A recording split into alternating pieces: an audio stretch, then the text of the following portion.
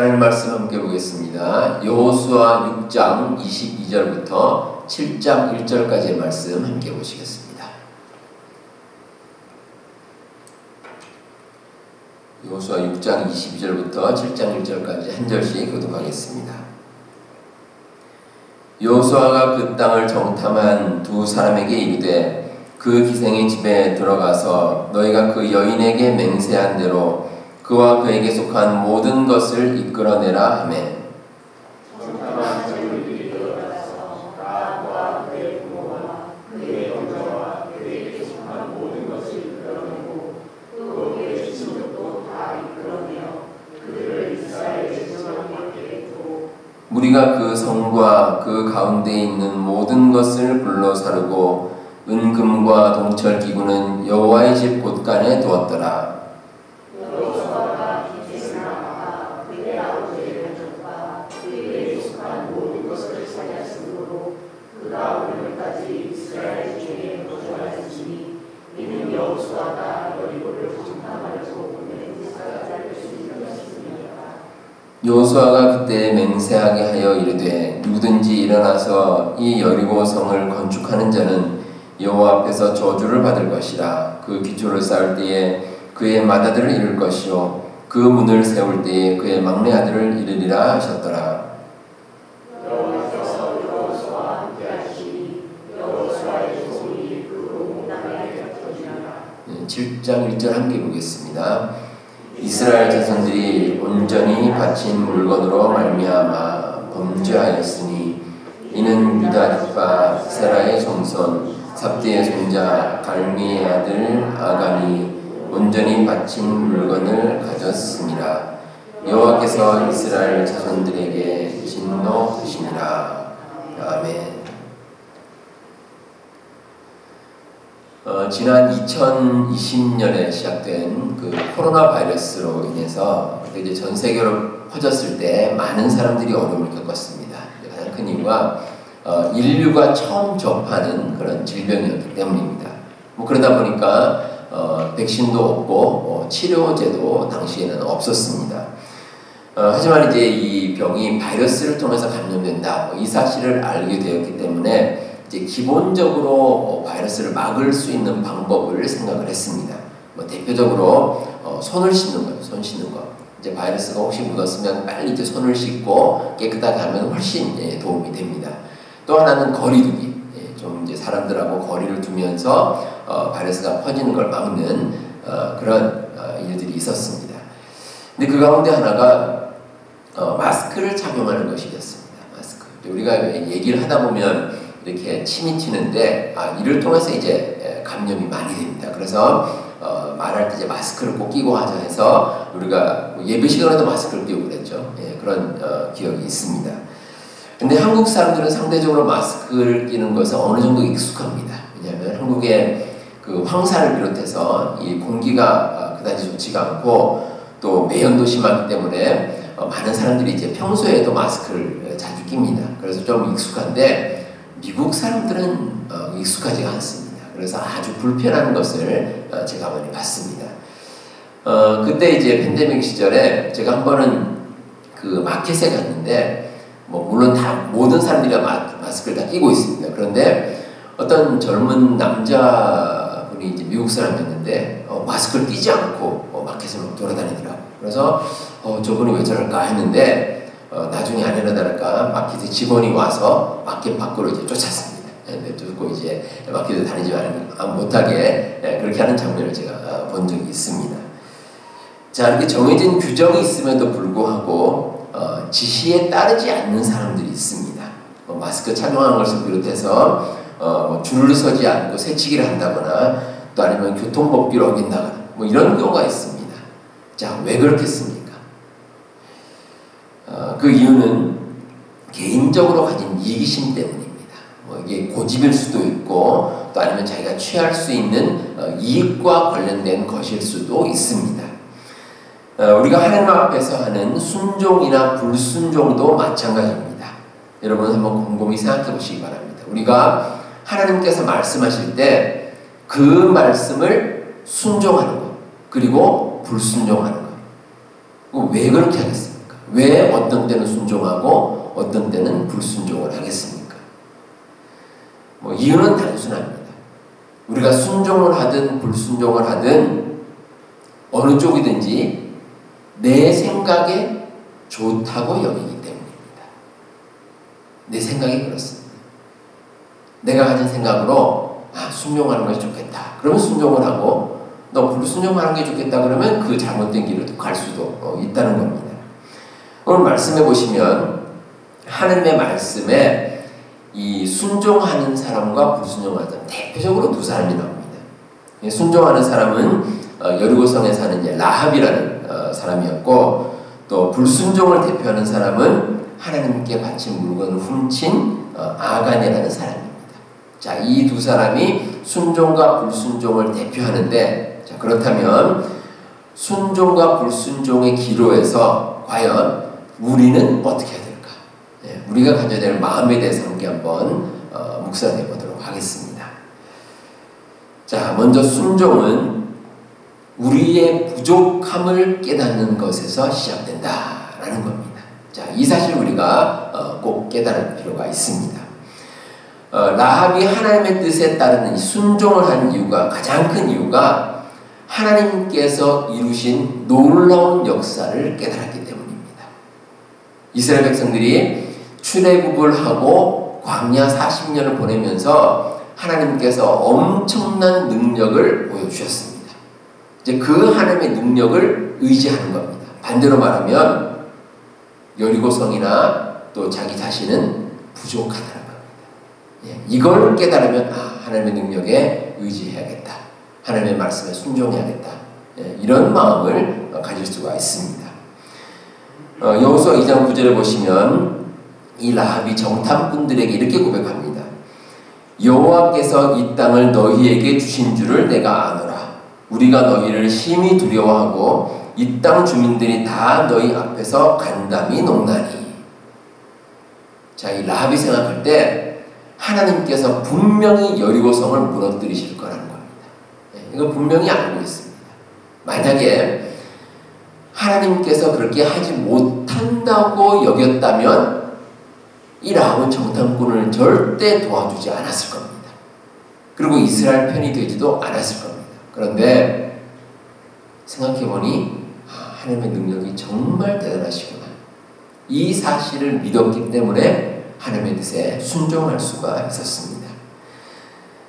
그래서 우리가 살아가는 가운데 우리 사람은 자기의 부족함을 깨닫는 게 중요합니다. 나의 부족함.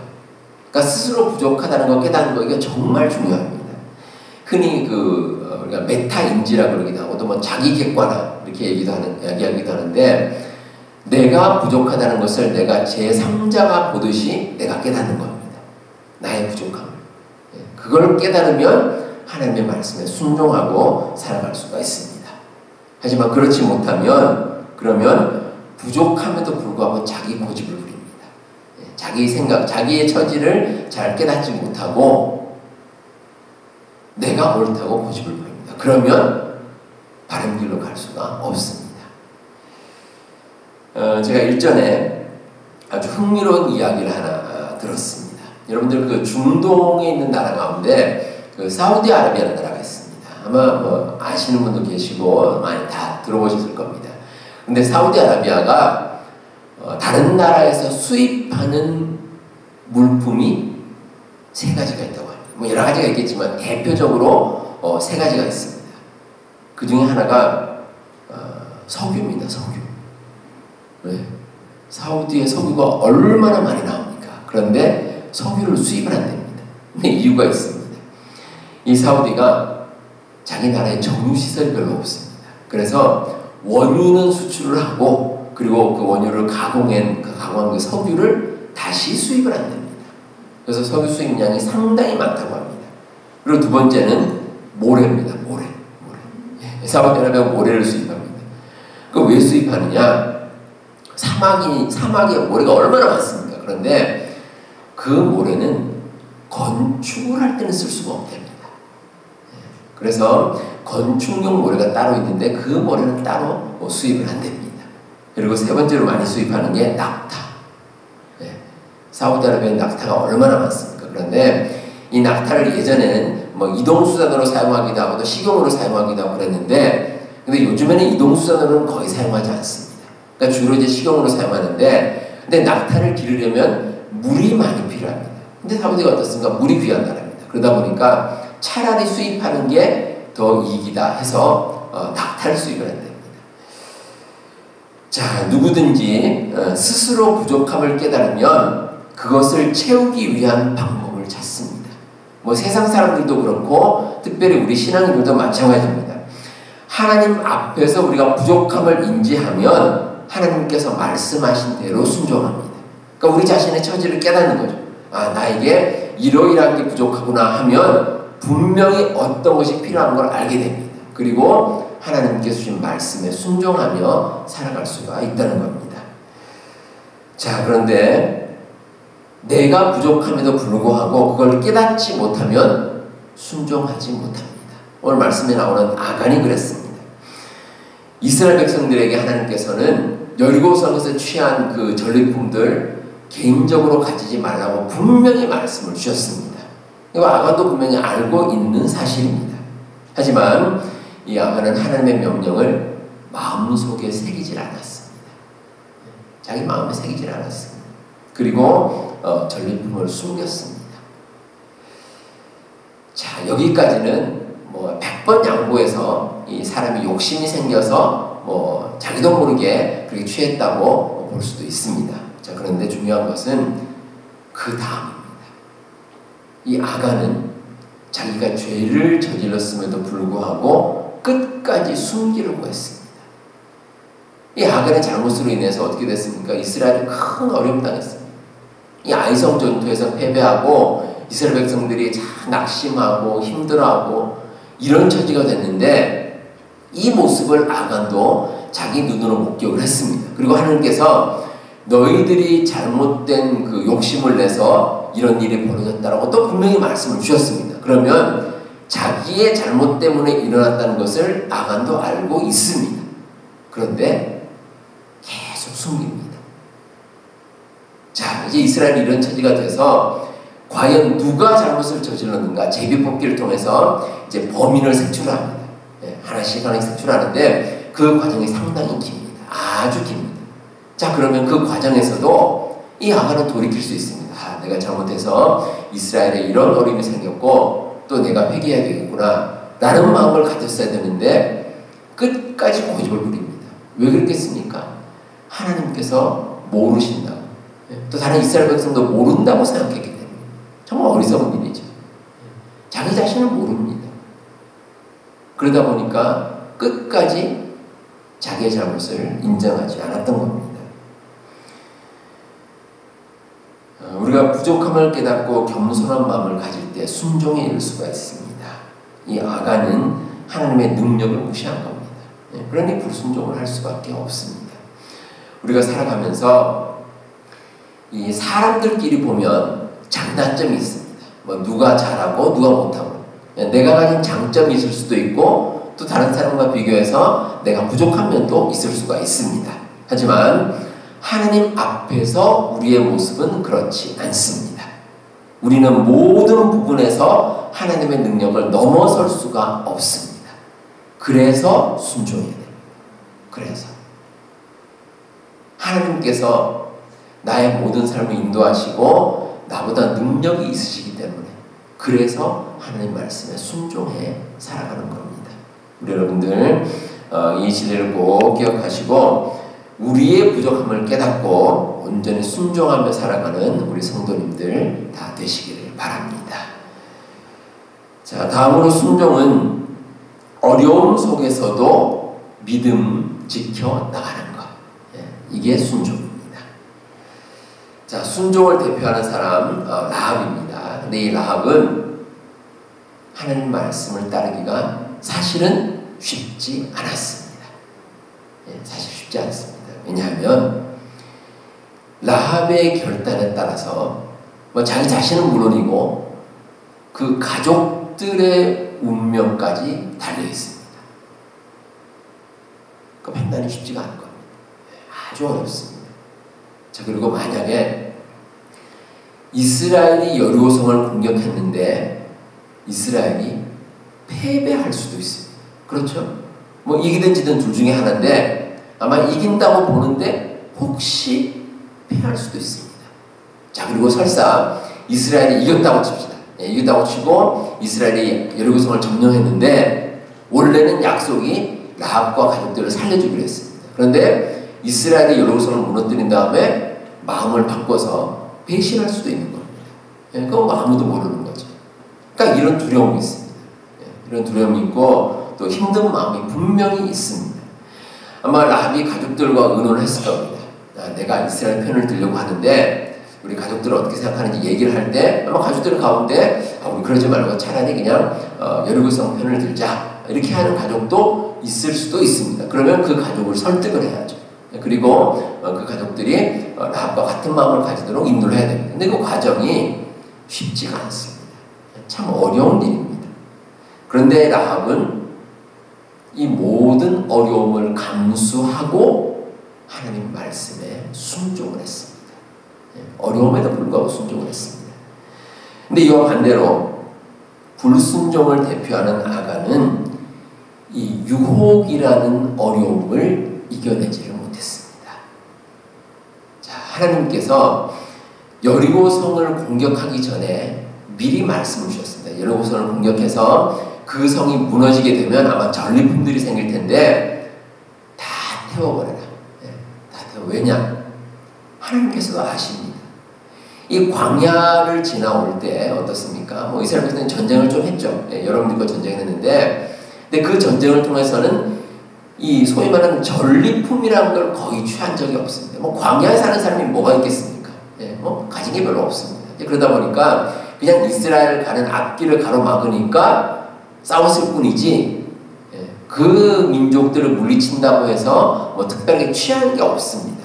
자, 그런데 여리고성에는 취할 수 있는 물건들이 정말 많습니다. 아주 많습니다. 그거 어떻습니까? 아마 그 성을 무너뜨리면 이스라엘 백성들이 이런 물건들이 다 있었다고 깜짝 놀랄 겁니다. 그리고 욕심이 생기지 않겠습니까? 너도나도 그 전리품 취하는 거 아마 정신이 없을 겁니다. 그러다 보니까 하나님께서 아셨습니다. 그래서 여리고성 무너뜨리기 전에 그 성에서 취한 전리품들을 그냥 놔두라는 겁니다. 다 불태워버리고 절대 개인적으로 착복하지 말라 이렇게 말씀을 주셨습니다. 그런데 이 아간은 욕심이 앞섰습니다. 하나님 말씀이 분명히 알고 있는데 눈앞에 좋은 게 보이니까 이 정신을 못 차리는 겁니다. 그러니까 그 유혹 때문에 이 어려움을 이겨내지를 못했습니다. 이 아간도 분명히 하나님께 주신 말씀을 알기 때문에 아마 그 물건을 취할 때 마음속에 아마 조금이라도 갈등이 있었을 겁니다. 그렇지 않겠습니까? 이 물건을 취해도 되는 걸까? 하나님께서는 취하지 말라고 하셨는데 아마 이 갈등이 분명히 있었을 겁니다. 아마 아무런 죄책감 없이 뻔뻔하게 그 전리품을 취하지는 않았을 겁니다. 근데 안타깝게도 이 아간의 마음속에 가졌던 그 찔림과 갈등이 자기의 행동을 멈추게 하지는 못했습니다. 그 어려움을 이겨내지 못했다는 겁니다. 세상에 순종하기 쉬운 일은 그다지 많지 않습니다. 우리 역시 그렇습니다. 왜냐하면 우리 나름대로 가진 생각들이 다 있기 때문입니다. 우리가 가진 지식이 있고 또 경험이 있고 또 무엇보다 우리의 그 이익이 걸린 일이 우리 앞에 있을 수도 있습니다. 자, 그렇기 때문에 온전한 순종에는 반드시 어려움이 따릅니다. 우리 마음속에 갈등이 있습니다. 그런데 이 순종의 길을 나아갈 수 있는 방법은 믿음으로 나가는 겁니다. 믿음으로. 하나님께서 나에게 좋은 것 주시고 나를 지켜주신다는 그 믿음으로 그리고 순종해 나가는 겁니다. 자, 그렇기 때문에 우리가 순종할 때 주저하면 안 됩니다. 하나님께서 말씀하시면 내가 머뭇거리거나 주저하거나 뭐 이리저리 돌아보는 것이 아니라 그 말씀 따라 나아가는 겁니다. 그 말씀 따라 앞으로 나가는 겁니다. 자, 이를 위해서 우리가 또 해야 될 게 있습니다. 하나님께 기도하는 겁니다. 하나님께 나아가 기도하는 겁니다. 우리 마음 가운데 어려움이 있고 힘든 마음이 생길 때가 있습니다. 여러분들, 우리의 마음속에 고민이 있습니다. 고민. 갈등하고 힘들어하고 고민이 생기는데, 고민이 왜 있는지 아십니까? 이 고민한다는 것은 하나님께 기도하라는 신호입니다. 하나님께서 우리에게 기도할 마음을 주시려고, 그래서 우리 마음 가운데 고민이 있는 거예요. 우리가 고민이 없으면 기도하겠습니까? 예, 하지 않습니다. 내 생각으로 다 할 수 있는데 굳이 기도하지 않습니다. 그런데 내 마음 가운데 어려움이 있고 부담이 있고 힘든 마음이 있고, 이 마음을 가진다는 것은 하나님께서 기도하라고 주신 마음. 기도하라고. 신학자 칼바르트는 우리가 하나님과 만나는 것을 위기라는 단어로 표현을 했습니다. 이 위기라는 것은 글자 그대로 우리에게 그 위험이 되기도 하고 또 기회가 되기도 합니다. 두 갈래입니다. 오늘 설교 제목처럼 기로에 서 있는 겁니다. 우리가 순종할 수도 있고 불순종할 수도 있고, 우리가 나가는 길이 위험한 길이 될 수도 있고 또 기회가 될 수도 있고, 하나님 만날 때가 그렇습니다. 이런 위기에서 우리가 순종하고 나아가면 생명의 길로 갈 수가 있습니다. 하지만 불순종하면 어려운 길로 갈 수밖에 없습니다. 우리가 주님을 믿고 주님 뜻대로 살아가는 것이 결코 쉬운 일은 아닙니다. 하지만 그 어려움을 이기게 되면 우리는 하나님의 은혜 가운데 하루하루를 살아갈 수 있습니다. 우리의 마음을 흔드는 여러 가지 어려움이 있습니다. 그 어려움들이 우리가 순종하는 길을 막아설 때도 있습니다. 그런데 그 순간 필요한 것은 우리 하나님의 존재를 우리 마음속에 깊이 품고 하나님의 은혜 가운데 하나님의 뜻을 따라가는 겁니다. 어떤 일이 있어도 하나님께서 우리를 지켜주신다. 이 믿음 가지고 나아가면 우리는 온전한 순종의 길로 갈 수 있습니다. 우리 성도 여러분, 이 말씀을 꼭 기억하시고 어려움 속에서도 믿음 가지고 순종의 길을 가는 우리 성도님들 다 되시기를 바랍니다. 자, 세 번째로 이 순종이라는 것은 하나님께서 원하시는 순리대로 길을 가는 겁니다. 그게 순종입니다. 하나님께서는 우리의 삶이 가야 될 길을 이미 알고 계십니다. 사실 우리는 잘 모릅니다. 우리는 미래의 우리의 모습이 어떠해야 될지에 대해서 잘 알 수 없습니다. 잘 알지 못합니다. 그런데 하나님께서는 다 아십니다. 알고 계시기 때문에 우리가 갈 길을 글자 그대로 순리대로 잘 만들어 두셨습니다. 길을 닦아 두셨습니다. 그러면 우리는 하나님 말씀에 순종해서 그냥 순리대로 그 길을 한 걸음 한 걸음 가면 됩니다. 그게 우리에게 유익입니다. 오늘 말씀 가운데 이 하나님의 뜻에 순종한 이 라합은 사실 원래 하나님 믿는 사람이 아니었습니다. 가나안 땅에 사는 사람인데 뭐 알겠습니까? 하나님에 대해서 모르죠. 예, 전혀 모릅니다. 그래서 이야기할 때도 너희의 하나님 이런 식으로 얘기합니다. 그러니까 하나님에 대해서 그렇게 자세히 알지는 못합니다. 하지만 하나님께서 이 라합의 마음에 감동을 주셨습니다. 마음 가운데 이스라엘 백성들이 올 때 이스라엘 백성들을 돕는 것이 낫겠다. 그게 더 좋겠다. 라는 감동을 하나님께서 주셨습니다. 그래서 라합은 하나님의 감동에 따라 하나님께서 시키신 대로 그 순리대로 순종을 했던 겁니다. 하지만 아가는 반대입니다. 이 아가는 이스라엘 사람으로서 하나님을 너무나도 잘 알고 있습니다. 아주 잘 알고 있습니다. 자, 그런데 자기의 욕심에 치우쳐서 하나님께서 가라고 한 그 길을 가지를 못합니다. 자꾸 엉뚱한 길로 갑니다. 하나님께서는 이쪽 길로 가라고 하는데 저쪽 길로 가는 겁니다. 하나님의 길을 거스르는 겁니다. 하나님께서는 세상 모든 역사를 주관하십니다. 그리고 그 역사 속에 살아가는 우리의 삶도 주관해 주십니다. 따라서 우리가 세상 살아가면서 하나님께서 인도하시는 거대한 흐름이 있습니다. 근데 그 흐름을 거스르면 안 됩니다. 그 흐름을 따라가야 됩니다. 여러분들 가운데 혹시 저기 동부에 있는 나야가라 폭포 가보시는 분 아마 계실 겁니다. 엄청난 물이 쏟아집니다. 자, 그런데 누군가가 내가 저 물길을 한번 거슬러 가야겠다. 거슬러서 갈 수 있습니까? 못 갑니다. 절대 못 갑니다. 엄청난 양의 물입니다. 제가 보니까 1초당 3톤의 물이 됩니다. 그런 엄청난 물이 쏟아집니다. 그런데 우리가 어떻게 그 물을 거슬러 갈 수 있습니까? 도저히 불가능합니다. 그럼 어떻습니까? 그 물길에 그냥 맡겨야 됩니다. 맡기고 가는 겁니다. 잉글랜드 출신의 유명한 축구 선수 가운데 마이클 오원이라는 선수가 있습니다. 이 선수가 잉글랜드 역사상 최연소로 국가대표 축구 선수로 선정도 됐고 또 그 프리미어 리그에서 득점왕도 여러 번 하고 아주 축구를 잘하는 선수입니다. 그런데 이 선수가 원래 속했던 팀이 리버풀이라는 팀입니다. 리버풀. 그런데 이 팀이 그렇게 잘하는 팀이 아니었다고 합니다. 그래서 프리미어 리그에서 우승을 한 번도 하지를 못했습니다. 자, 그런데 이 선수가 나중에 이제 강팀, 당시에는 강팀이었던 맨체스터 유나이티드라는 팀으로 옮겼습니다. 팀으로 옮기면서 이 선수가 아주 유명한 말을 했습니다. 뭐라고 그랬냐면 영어로 If you cannot beat them, join them. 그러니까 해석하면 상대 팀을 이길 수 없다면 그 팀에 합류하라. 이런 말을 했습니다. 그러니까 자기가 약한 팀에 속해서 도저히 상대를 이길 수가 없습니다. 그러면 그 팀을 상대방의 강팀으로 가는 겁니다. 옮기면 된다. 그 팀에 합류하면 된다. 이런 식으로 이야기를 한 겁니다.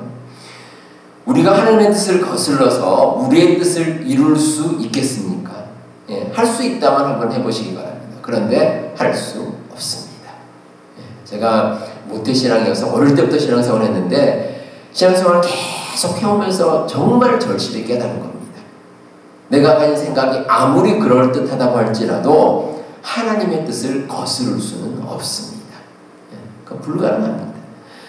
성경에 나오는 대표적인 인물이 요나입니다. 요나. 이 요나가 하나님께서 니느웨로 가서 하나님 말씀을 전하라, 복음을 전하라 말씀해 주셨는데 그 말씀을 듣지 않았습니다. 왜냐하면 요나의 생각에 그 니느웨는 악한 곳이기 때문에 저 사람들은 회개하는 것이 아니라 멸망을 당해야 맞다라고 자기가 생각을 했습니다. 그래서 하나님 말씀을 거슬러서 자기 마음대로 가버렸습니다. 근데 어떻습니까? 요나가 타고 간 배가 풍랑에 흔들리고 또 요나는 바닷속으로 던져지게 됐고 바닷속으로 던져진 가운데 큰 물고기 뱃속에 들어갔고 다시 한번 니느웨로 갈 수밖에 없는 그런 상황이 되고 말았습니다. 아마 성경에는 안 나오지만 요나가 엄청난 일을 겪은 후에 아마 이런 생각을 했을 겁니다. 하나님 앞에서 내가 두 손 두 발 다 들었다. 이런 생각을 하지 않겠습니까?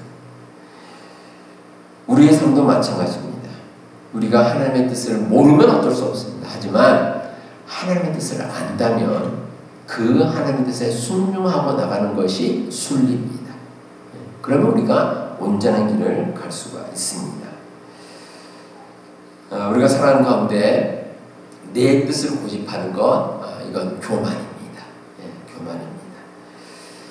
우리에게 중요한 것은 하나님의 뜻에 순종하는 것이 진리라는 것을 깨닫는 겁니다. 그리고 이 진리를 깨닫는 사람, 지혜로운 사람입니다. 그 사람이 지혜로운 사람입니다. 그러면 그 사람은 지혜롭게 이 세상을 살아갈 수 있습니다. 우리 성도 여러분, 순종의 결과는 축복입니다. 불순종의 결과는 멸망입니다.